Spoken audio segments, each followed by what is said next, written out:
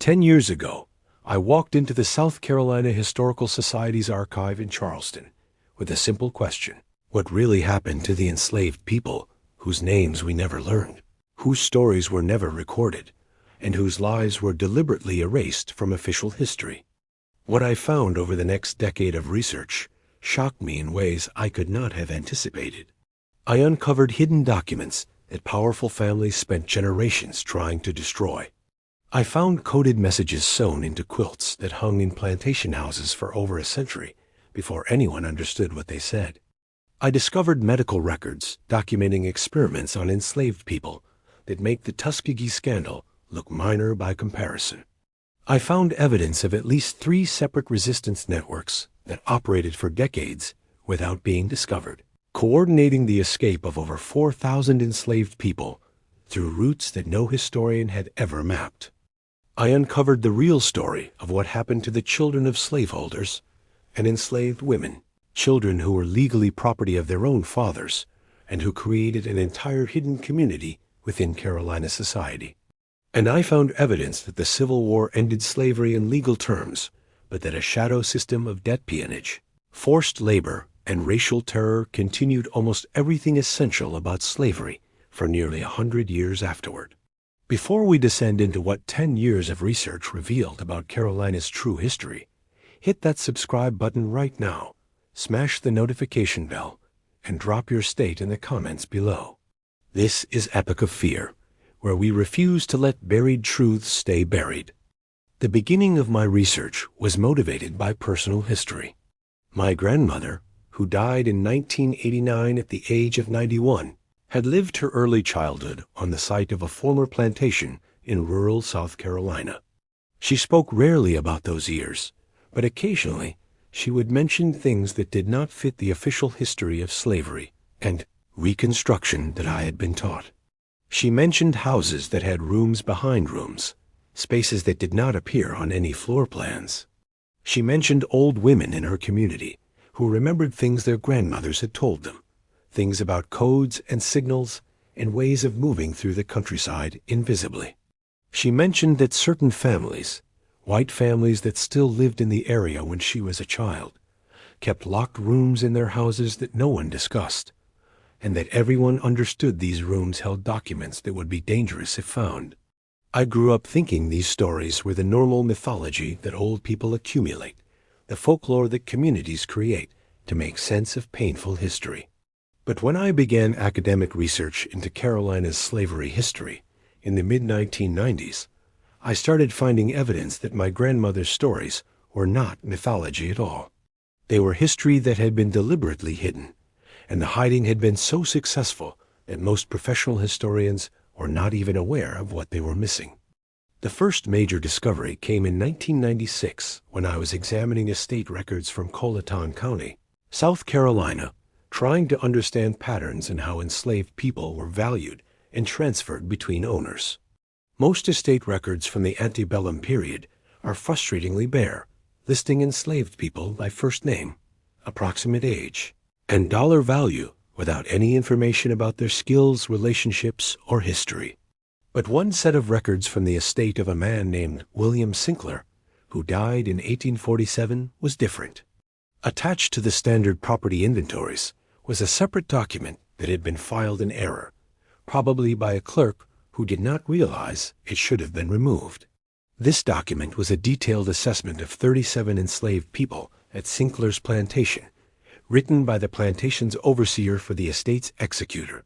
Unlike the standard records, this assessment included detailed notes about each person, their relationships with other enslaved people, their skills and abilities, their temperament and history of behavior, and in several cases, what the overseer knew about their previous lives before being sold to Sinclair. The document was intended as internal management information to help the executor make decisions about selling individuals or keeping them as a group. But to me, reading it 150 years later, it was something extraordinary.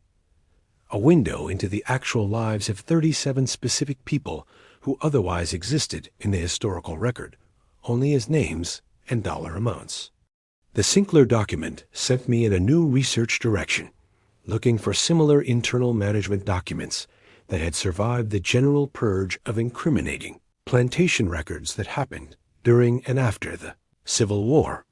What I found was that such documents were more common than historians had realized, but that they were scattered across dozens of small archives and private collections throughout South Carolina and North Carolina, often misfiled under administrative headings that researchers had overlooked. Over 3 years, I tracked down and examined 47 separate collections of plantation management records that contained unusual detail about the lives of enslaved people.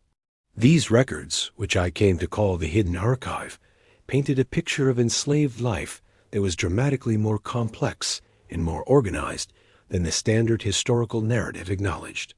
The standard narrative portrayed enslaved people as mostly passive, occasionally resistant, fundamentally disorganized, and lacking the communication networks or social structures necessary for sustained collective action. The Hidden Archive showed something completely different. Sophisticated social organizations within enslaved communities, complex communication systems that operated invisibly under white surveillance, economic arrangements that gave some enslaved people access to resources that were theoretically impossible given their legal status, an ongoing negotiation between enslaved people and their owners about the conditions of their labor that sometimes produced meaningful changes in how plantations operated. One of the most significant findings from the Hidden Archive was evidence of what I call the shadow economy.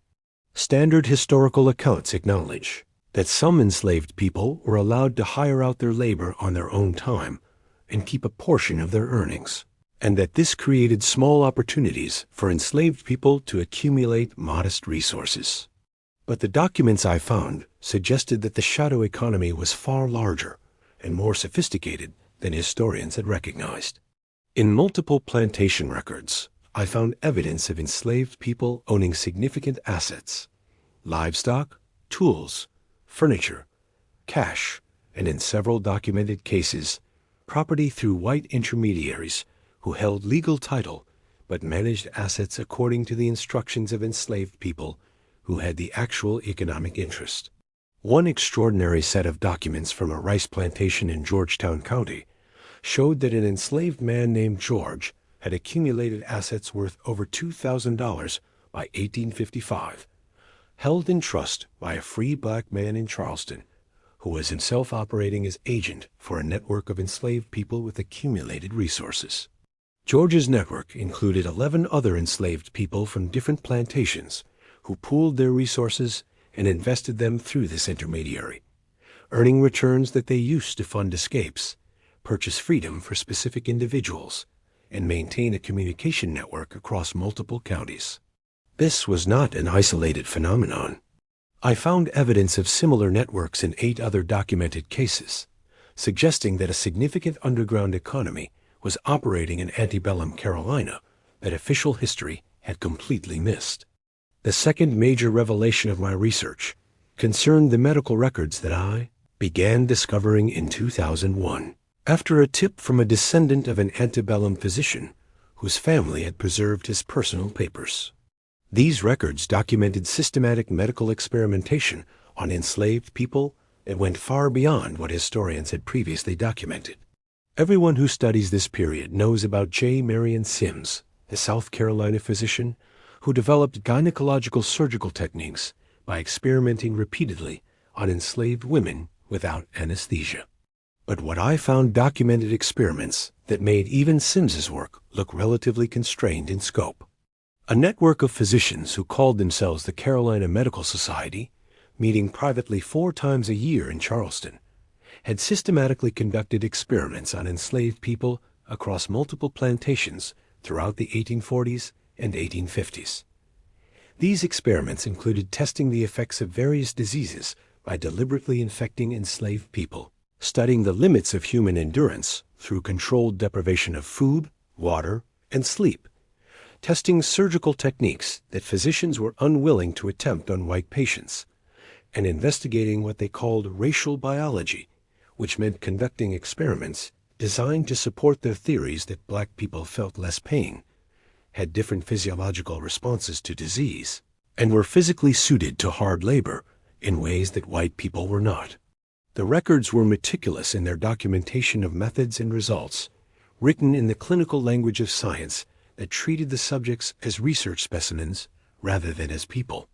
Reading them was one of the most disturbing experiences of my decade of research, not just because of what the experiments involved, but because of the complete absence of any moral consideration in the documentation, the total normalization of treating human beings as laboratory animals. The medical records also documented deaths. 43 enslaved people died as direct results of experiments conducted by the Carolina Medical Society between 1840 and 1862. Their deaths were attributed to other causes in plantation records and in the legal documents that recorded enslaved people as property. Some were said to have died of disease, which was technically true since they had been deliberately infected. Others were listed as accidental deaths or as the result of complications from legitimate medical treatment. A few simply disappeared from plantation records without explanation, presumably because the manner of their deaths was too difficult to obscure even with the usual euphemisms. None of these deaths were ever investigated. No physician was ever held responsible. The perpetrators continued practicing medicine, continued being respected members of Charleston society, and several of them served in positions of civic leadership that put their names on buildings and monuments that still stand today. When I published preliminary findings from the medical records research in 2003, I was contacted by descendants of several of the physicians involved who demanded that I not publish additional details, claiming that their ancestors had been conducting legitimate scientific research according to the standards of their time, and that focusing on these experiments was unfair and historically inaccurate. I published the full findings anyway, and the response from some quarters of South Carolina society confirmed that there were people alive today who were still invested in protecting the reputations of men who had tortured and killed enslaved people in the name of science. The third major discovery of my research involved the resistance networks, and this was perhaps the most surprising finding because it demonstrated capabilities and organization among enslaved people that completely contradicted everything the historical narrative said was possible. Beginning in 2004, I started finding fragments of evidence about coordinated resistance that went far beyond the individual acts and small-scale conspiracies that standard history documented. Plantation records from the 1830s and 1840s occasionally mentioned enslaved people who had knowledge they should not have possessed, who knew details about events at distant plantations, or who seemed to be aware of plans that white people were making before those plans were announced.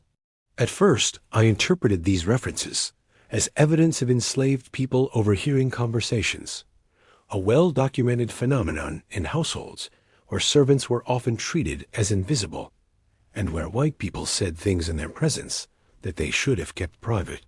But as I accumulated more evidence, I began to see a more systematic pattern that suggested something more organized than casual eavesdropping. The breakthrough in understanding the resistance networks came in 2006 when I was examining a collection of personal papers from a Charleston minister who had been involved in education for enslaved people before such activities were made illegal in the 1830s. Among his papers was a bundle of letters, written in an apparently simple cipher, that had been exchanged between several free black people and certain enslaved individuals through a church network that the minister had facilitated.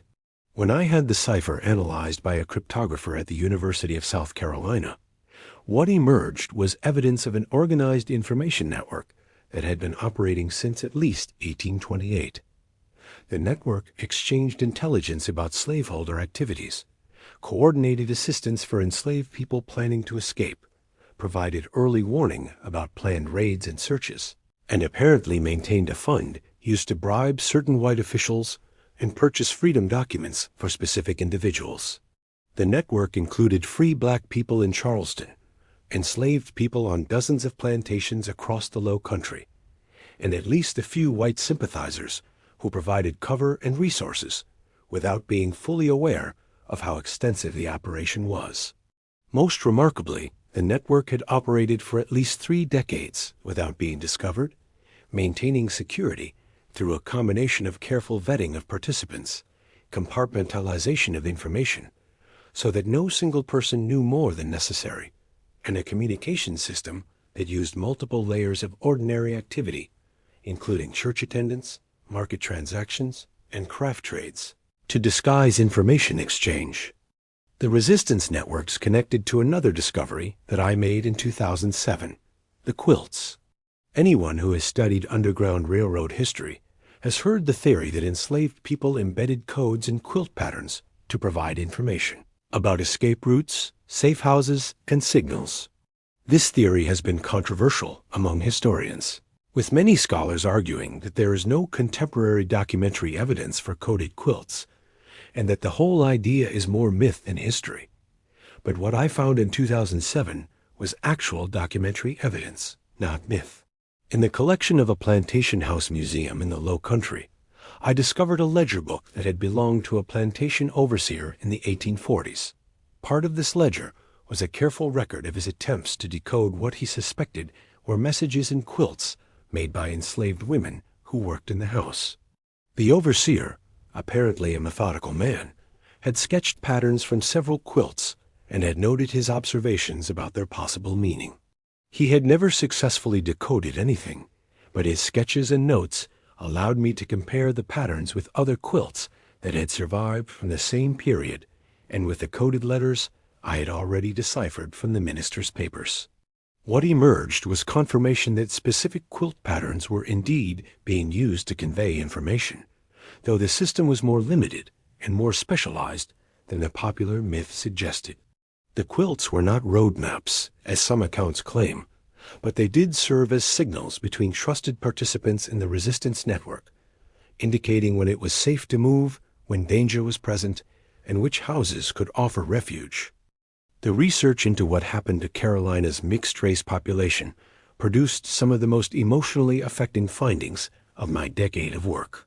Standard history acknowledges that enslaved women were routinely sexually exploited by white men, and that the resulting children were legally enslaved, despite having white fathers. Inheritance disputes and social arrangements was far greater than I had understood before beginning this research. I found dozens of cases where white men had established elaborate legal arrangements to provide for their mixed-race children without publicly acknowledging paternity, including trusts, property transfers, and arrangements with free black intermediaries that effectively gave these children resources and protection that most enslaved people never had. And I found evidence of an entire community of people of mixed racial ancestry who occupied an ambiguous social position in antebellum Carolina, sometimes able to pass as white, sometimes recognized and accepted in white society to a limited degree, sometimes free but precarious, and sometimes enslaved despite having white fathers who were alive and present. The most disturbing finding in this area concerned what happened to mixed-race children when their white fathers died without making legal arrangements for their freedom. Standard inheritance law treated these children exactly like any other property, meaning they could be, and regularly were inherited by their white relatives, including their white half-siblings. I documented 43 specific cases where the death of a white slaveholder resulted in his enslaved, mixed-race children being inherited by his legitimate children, meaning that children were legally owning their half-brothers and sisters. In several cases, I found evidence that these white inheritors sold their mixed-race siblings at auction. In other cases, they kept them as house servants, meaning that children worked for siblings who refused to acknowledge the relationship. The psychological horror of these situations was compounded by the fact that everyone involved was usually aware of the actual family relationships, while social convention required that no one acknowledge them. The plantations and houses where such situations existed were places of extraordinary psychological tension, where fundamental truths about family and identity had to be constantly suppressed in order to maintain social fictions about racial categories and the natural order of slavery. By 2009, my research had produced enough material for several books, and I began the process of organizing my findings and deciding what to publish first. This decision was complicated by the responses I had already received to preliminary publications. The pushback against my medical records research had been significant, but it was mild compared to the resistance I encountered when I began circulating preliminary findings about the resistance networks. Several South Carolina institutions that had provided me with access to their archives withdrew that access after seeing what I was writing. A foundation that had been funding part of my research terminated the grant, providing no explanation beyond administrative reasons that were clearly pretextual. I received letters from lawyers representing descendants of individuals mentioned in my research, demanding that I not publish certain information. I was contacted by individuals who identified themselves as members of old South Carolina families and who made implicit, and in a few cases explicit threats about the consequences of publishing things that reflected badly on their ancestors. None of these reactions changed what I intended to publish, but they confirmed something that my decade of research had repeatedly suggested, that the history of slavery in Carolina was not just old history, but was connected to living interests, that families whose wealth and status traced back to slavery were still protecting reputations and suppressing information, and that what I had found was genuinely threatening to people who had reasons to want it to stay buried. The final major finding of my research was the most disturbing precisely because it was the most recent. Beginning in 2008 and continuing through 2010, I documented the shadow system that replaced formal slavery after the Civil War. Everyone who studies this period knows about sharecropping and debt peonage, systems where formerly enslaved people found themselves economically trapped in conditions that in some ways resembled slavery more than freedom. But what I found went beyond economic exploitation to document a system of legal mechanisms, private violence, and official complicity that maintained control over black labor in the Carolinas through methods that were distinct from slavery in legal form, but nearly identical in practical effect. Specific examples included county laws that required black people to have employment contracts or face arrest for vagrancy, contracts that were enforced through criminal courts and that often specified that convicted people could be hired out to plantations to work off their sentences. Convict leasing arrangements where counties effectively rented out black prisoners to landowners who used them as unpaid labor. Arrangements between law enforcement and major landowners where black people who complained about working conditions or tried to leave their employers could be arrested on fabricated charges and returned to their employers after conviction. Debt arrangements where black tenant farmers were kept perpetually in debt to landlords who controlled the accounts and who charged for everything from seed and tools to the very houses they lived in, ensuring that no matter how hard they worked, they could never earn their way to economic independence. The people who maintained this shadow system after the Civil War were often the same families who had owned enslaved people before it, and many of the specific individuals involved in the enforcement mechanisms were direct descendants of the slave patrols and slave traders who had operated before the war. The continuity between antebellum slavery and post-war racial control was not accidental, but deliberate, as established interests worked systematically to reconstruct as much of the plantation economy and racial hierarchy as possible within the changed legal environment. Reconstruction and its overthrow, which historians have documented extensively, was the political mechanism through which this continuity was achieved, with white supremacist violence destroying the political power that would have allowed black citizens to resist the reimposition of economic control. But the specific mechanisms through which economic control was maintained, the legal arrangements, the debt traps, the criminal justice complicity, the private violence that backed it all up, had not been documented in the detail that I found in Carolina records. Court records, plantation account books that continued being kept in similar form after the war, private correspondence between major landowners coordinating their approach to labor control, and records from law enforcement agencies that showed the coordination between police and planters all documented a system that was not accidental or the product of individual racism, but was organized and deliberate in its reconstruction of essential elements of slavery within formal freedom. The implications of this research extended to the present day in ways that I had not fully anticipated when I began. If the shadow system that replaced formal slavery was more extensive, more deliberate, and more persistent than most people understood, then its effects on the economic and social conditions of black people in the Carolinas lasted much longer than conventional history acknowledged. If black families were systematically denied economic opportunity, trapped in debt peonage, and subjected to violence that prevented accumulation of wealth and property through the 1930s, and in some areas into the 1950s, then the economic disparities that exist today between black and white families in the Carolinas are not primarily the result of cultural differences or individual choices, but of specific policies and systems that operated within living memory. Some of the people I interviewed during my research, elderly black South Carolinians who were children in the 1930s and 1940s, described personal experiences with the shadow system. They described parents and grandparents who worked for years and died in debt, who were prevented from leaving employers by threats that included both legal and illegal violence, who could not vote or seek legal protection, and who lived in a condition that they did not call slavery only because that word had been officially abolished. Their testimony connected my archival research to living experience in ways that made the history real and immediate rather than abstract. The publication of my research between 2011 and 2020 produced varied responses that revealed the continued sensitivity of this history.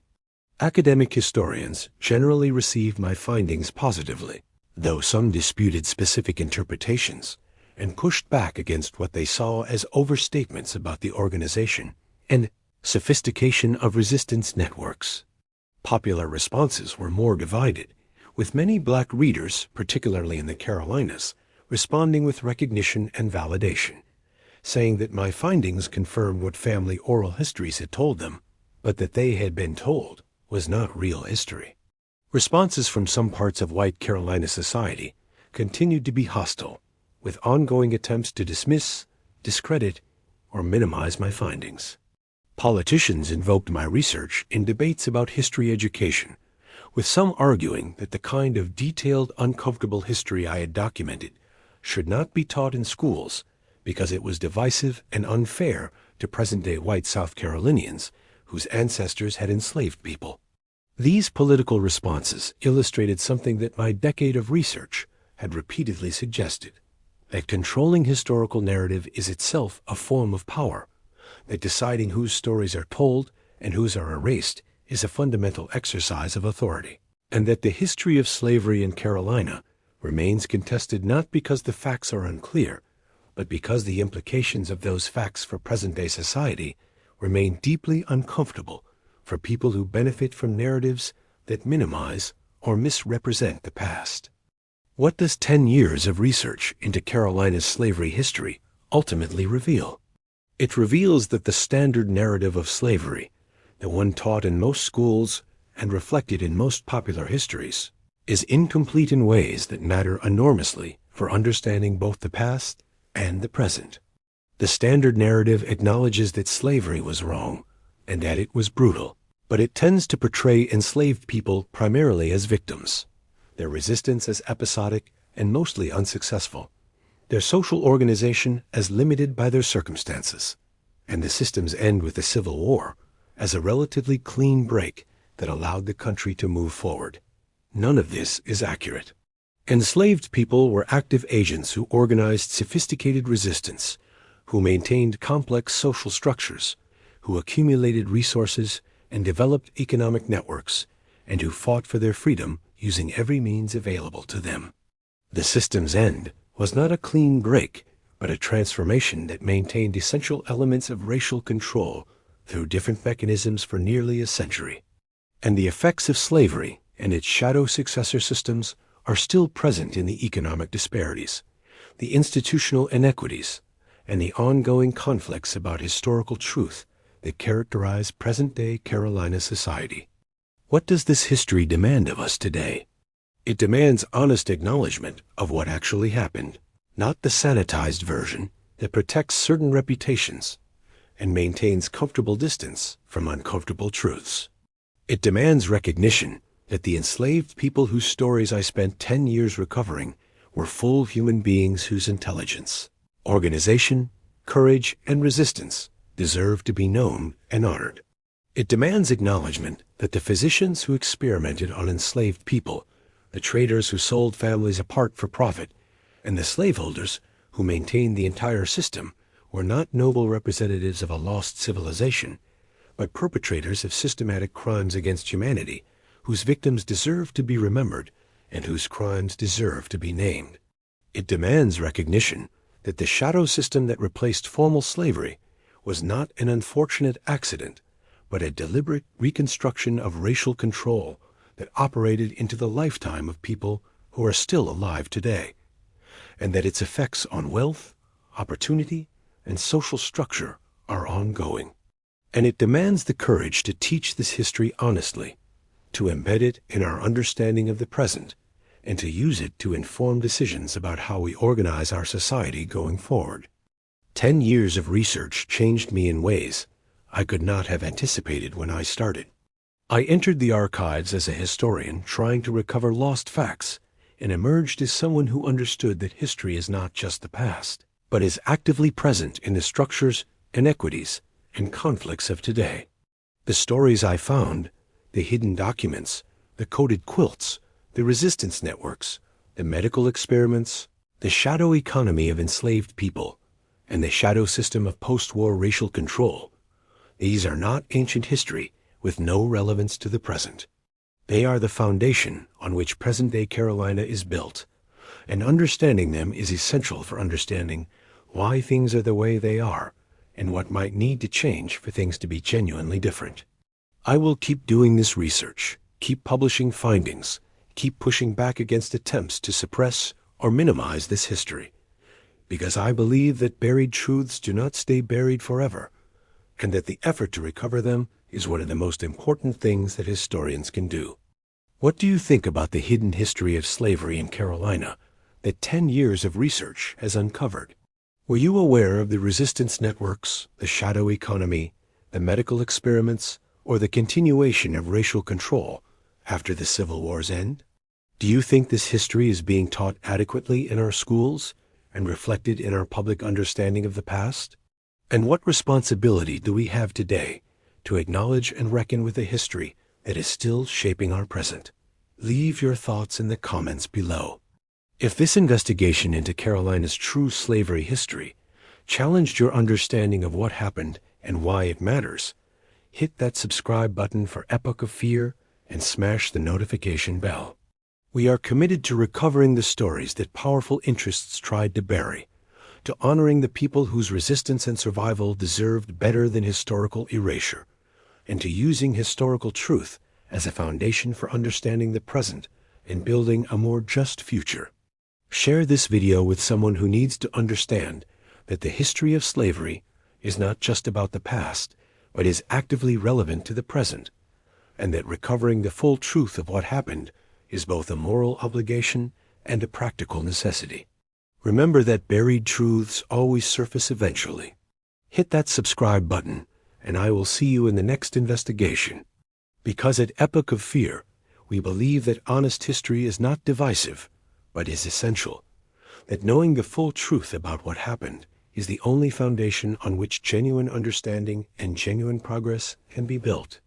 The truth of Carolina's slavery history deserves to be known. And now you know it.